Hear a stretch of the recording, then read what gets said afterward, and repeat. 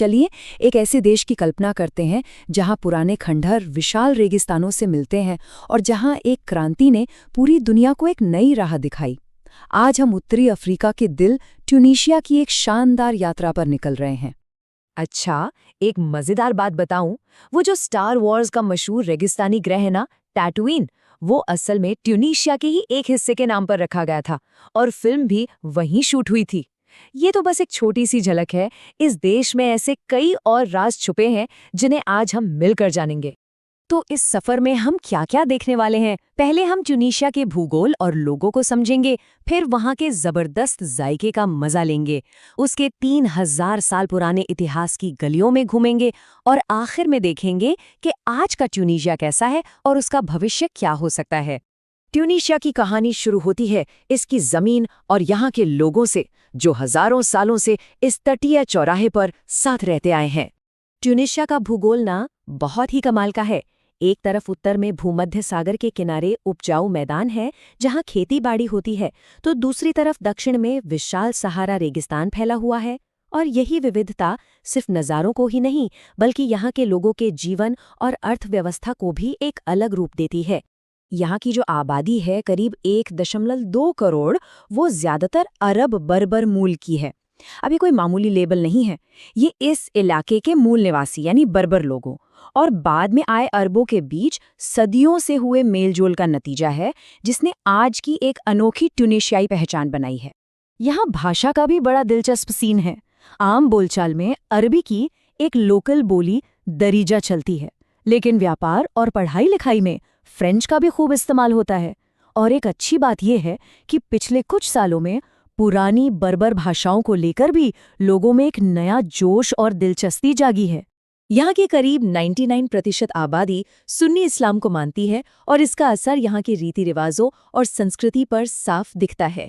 लेकिन साथ ही देश का संविधान सबको अपने धर्म को मानने की आज़ादी देता है और इसीलिए यहाँ छोटे छोटे ईसाई और यहूदी समुदाय भी सदियों से शांति से रहते आए हैं। किसी भी जगह की रूह को समझना हो ना, तो सबसे अच्छा तरीका है वहाँ का खाना चखना। और ट्यूनीशिया का खाना तो बिल्कुल इसके इतिहास जैसा है, अलग अलग संस्कृतियों का एक जबरदस्त चटपटा मिश्रण।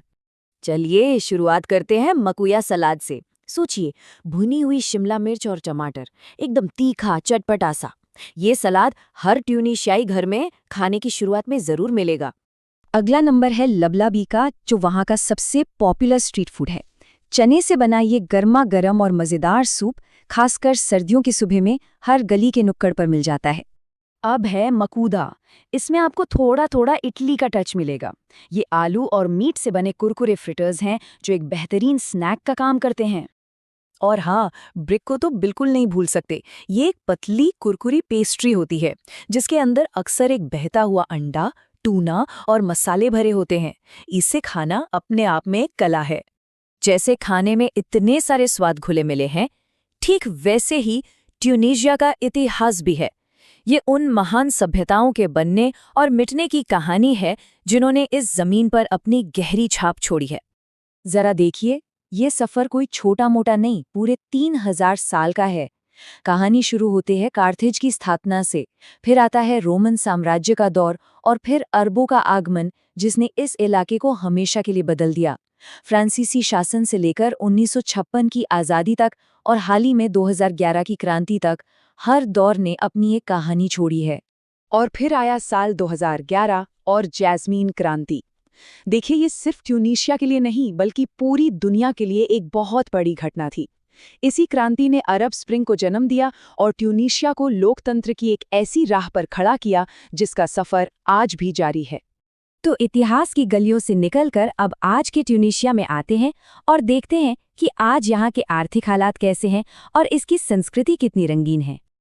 आज की तारीख में ट्यूनीशिया की अर्थव्यवस्था लगभग 46 बिलियन डॉलर की है, जो इसे इस इलाके में एक अच्छी खासी मिलीजुली अर्थव्यवस्था बनाती है। लेकिन इस नंबर के पीछे एक बहुत बड़ी और असल चुनौती छिपी है, और वो है युवाओं में बेरोजगारी। सोचिए, 1/3 से ज्यादा पढ़े लिखे युवाओं के लिए अच्छी नौकरी ढूंढना एक बहुत बड़ा संघर्ष है, जो देश के लिए एक मुश्किल हालात पैदा करता है। तो सवाल उठता है कि इकोनॉमी चलती कैसे है। देखिए, एक तो भूमध्य सागर में इसकी लोकेशन ही बहुत शानदार है, जो इसे व्यापार का एक बड़ा केंद्र बनाती है। यहाँ की उपजाऊ जमीन इसे दुनिया के सबसे बड़े जैतून तेल उत्पादकों में से एक बनाती है। और इसके खूबसूरत नज़ारे टूरिज्म और फिल्म इंडस्ट्री को हमेशा से खींचते रहे हैं। इन सब आर्थिक उतार चढ़ाव के बीच भी एक चीज है जो हमेशा जिंदा रहती है, और वो है टुनीशिया की सांस्कृतिक आत्मा। पुराने जमाने की कहानियों से लेकर आज के सिनेमा तक यहाँ की कला हमेशा पहचान, इंसाफ और बदलाव जैसे बड़े सवालों से जूझती रही है, जो समाज को एक आईना दिखाती है। तो आज ट्यूनीशिया एक बहुत ही दिलचस्प मोड़ पर खड़ा है। इसने बड़े बड़े साम्राज्य देखे हैं, एक ऐसी क्रांति को जन्म दिया है जिसने दुनिया को हिला दिया।